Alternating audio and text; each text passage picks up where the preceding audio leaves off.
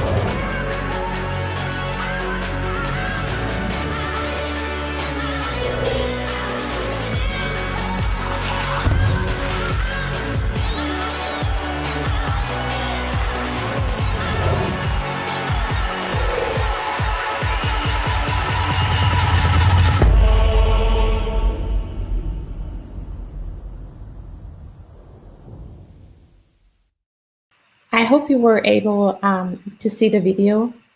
To be honest, I think we were able just to hear the music. I'm not exactly sure. I hope that the audience was able to see it.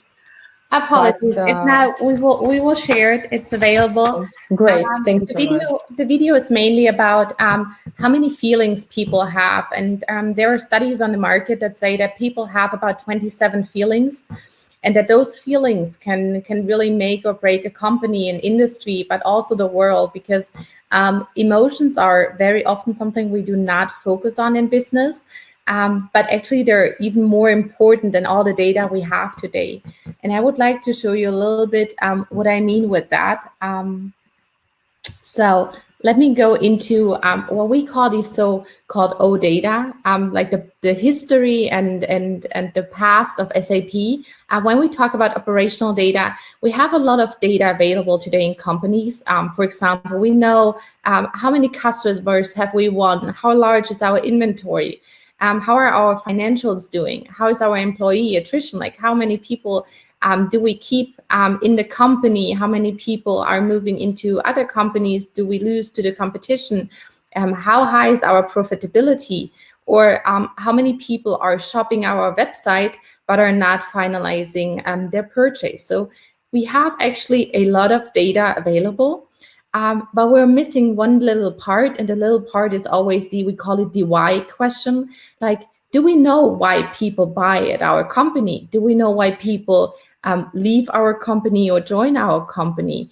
Do we know why our financials are dropping?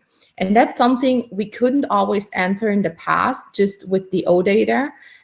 When we discovered that, we said there's something else that we need to consider when we go into the future with our business, and that's the experience data.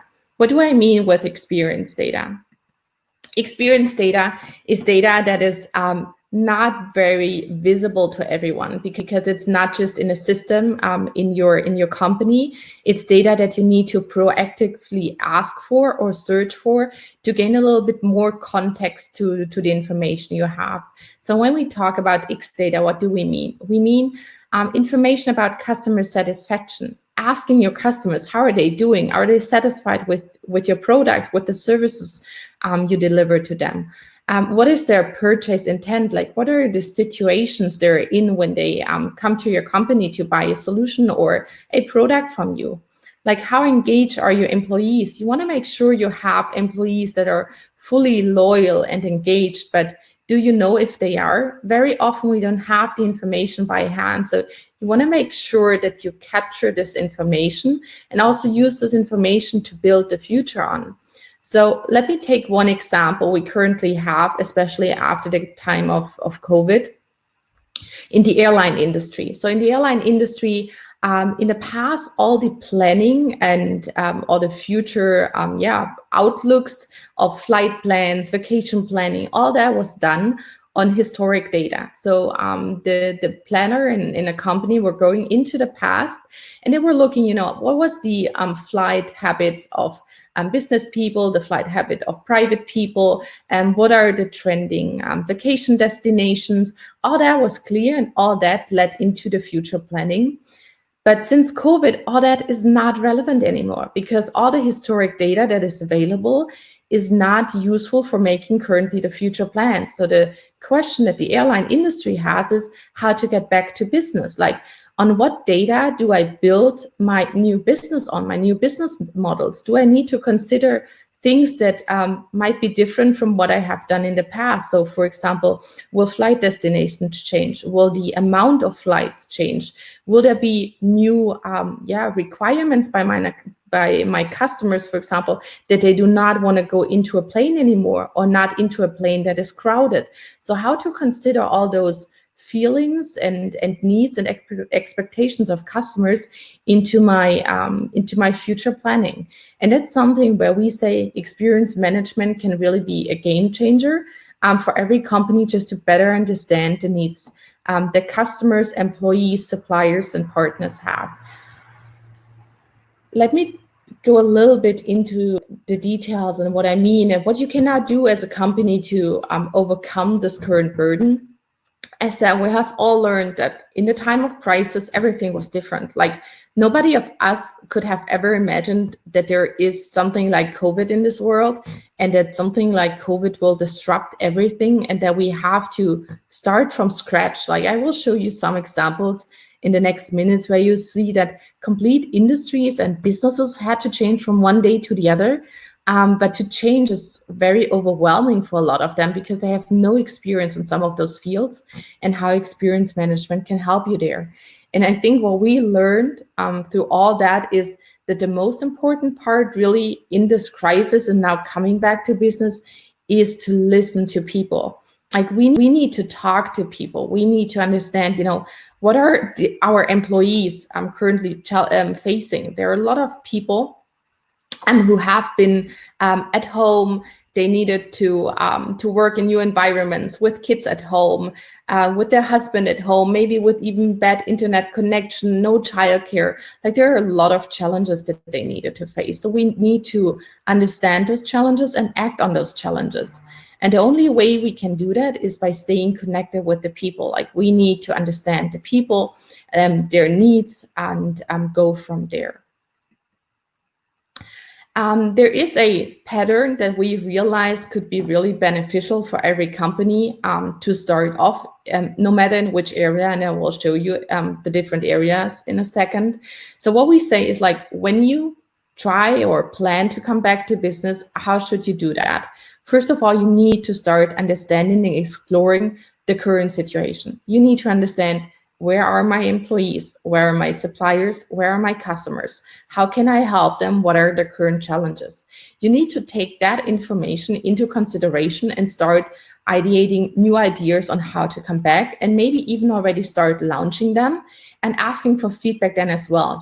Am I on the right path? Am I taking the right steps? Am I meeting their needs? and adjust that based on the feedback that is coming back, and then come basically in the end to a hopefully normalized state. And also there continuously start tracking, how am I doing? Like, am I on the right track? Because what you might want to make sure is like, people will come back out of COVID, so they will come back into businesses. The question is like, a lot of things have changed, but have they changed forever? You know, will people go back into past behaviors, or will they continue with new behaviors? So that's also something you want to make sure that you have the transparency on the requirements of the people. So you should continuously track this information just to make sure that you meet their needs also going into the future, even in a time after COVID. What does that mean for me now if I would like to go back to business as a company? We had a lot of examples in the European market with businesses that had not been in the online market. So even in Germany, we had a lot of bigger companies. One is an electric company, tech company, which were selling TVs and mobile phones and everything like that. But they really just slowly did it in a retail market in small towns, and people had to go into the retail store to buy their devices. And from one day to the other, all their income and all their revenues were broken down because they had no opportunity to offer any online shop experience to their customers. So what did they want to do? Like, they wanted to start off as soon as possible with an online experience. They wanted to offer an online shop. One of them you see back here, that's a different example. But what they need to learn is like, what are my customers looking for? Like, they have never been in this set of business. They have no experience about requirements of their customer. They have never built up a website like that with an online shop. They have never done the logistic in the back end. So there are a lot of burdens which they need now to face. And they have no idea if they're doing well or will not be doing well, and if they're meeting their customer needs. So what couldn't be better than just asking their customers, like, even if you before you start launching like an online shop, don't you want to ask them for feedback? Like, what would you like to have on a website? Maybe also starting with which products would you like to see in a first step on our website, in our online shop, and then take it from there. You know, starting maybe small, leveraging the insight that customers are giving to you, and then moving on into the reorient phase. You know, have we done it correctly? Are you missing anything? Do we need to adjust our online shop? Do we have the right possibilities for payment? Is there anything you're missing? And then continuing from there. And I think we have a lot of companies currently that rethink their entire business model because it's not, things have changed and they cannot continue as they have done it before. Another example is when we go into the area of employees. We had some cases, and also in Bulgaria, we had the Municipal of Sofia using our experience management solution to gain insight into their citizens' well-being, but also gaining insights into, how are people doing in hospitals at the moment? How is their workday going? Do they have everything they need? People now going back into offices, do they have fears or maybe also constraints because they have their kids still at home and cannot come back into the office? How to handle that situation?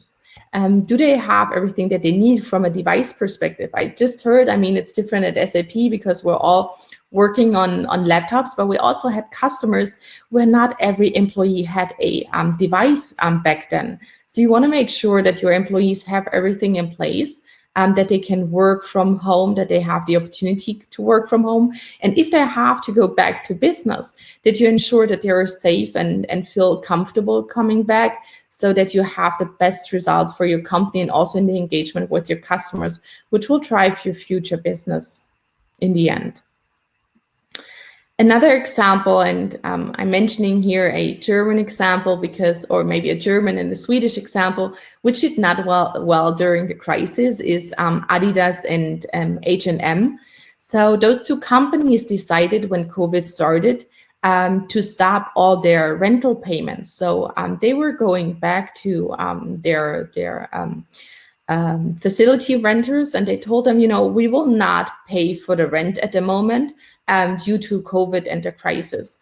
And this led to a very bad brand reputation in the market here, because unfortunately people felt betrayed in that situation, because everybody had to pay their rent, and all the small stores do not have the opportunity just to stop paying their rent. And then the biggest companies on the market who have the money just stop paying their rent. And that was very distracting. And we had a lot of customers then here going onto social media, Facebook, telling the people, we don't want to pay for it anymore. We want to step back. We're not going for Adidas or H&M anymore. We rather consider small brands. And the last thing we had here in the industry of entertainment is, there were a lot of artists. In the past, they could go on stages. They made their show and they earned their money from one day to the other. All that was not there anymore. So what you want to do is you want to give them the opportunity to come back and earn their money, and you need to come up with new products. And one new product that is now available in Germany is that you have car festivals and car cinemas. So people joining entire concerts with their car. And you want to make sure that the experience that people take out of this is exceptional. But to do that, you need to ask for their feedback. And we're currently using experience management for this. So to sum it up, what do you want to do? So first of all, you want to start small. So don't rush it. You need to chart your phases. You want to understand what your customers need. And then you need to practice patience. So don't hurry. Take the time. Give your employees, your customers, your suppliers the time to give your feedback, to understand the current situation and to act on the situation. You want to work with your people, like bring up the people in your company which are engaged, which are looking for change, and who will be big supporters in this entire revolution after COVID. And last but not least, if you listen to your employees and customers, please also act on it. It's very important that you do that action-oriented. And having said that, the most important point, and with this I would like to close it off, is the bottom line is stay focused on the people as you head back to business. Like really listen to your employees, to your customers, because people will be the center of every business in the future. So you want to make sure that you really focus on them. Having said that, thank you so much from my side. I think we'll have the opportunity to also discuss this a little bit in the end. Thank you, Biljana. Yeah, thank you too. So it's not only about operational data anymore, and we should have in mind the experience data. Yeah. This is what we should have in mind. Thank you. Yes. Thank you so much.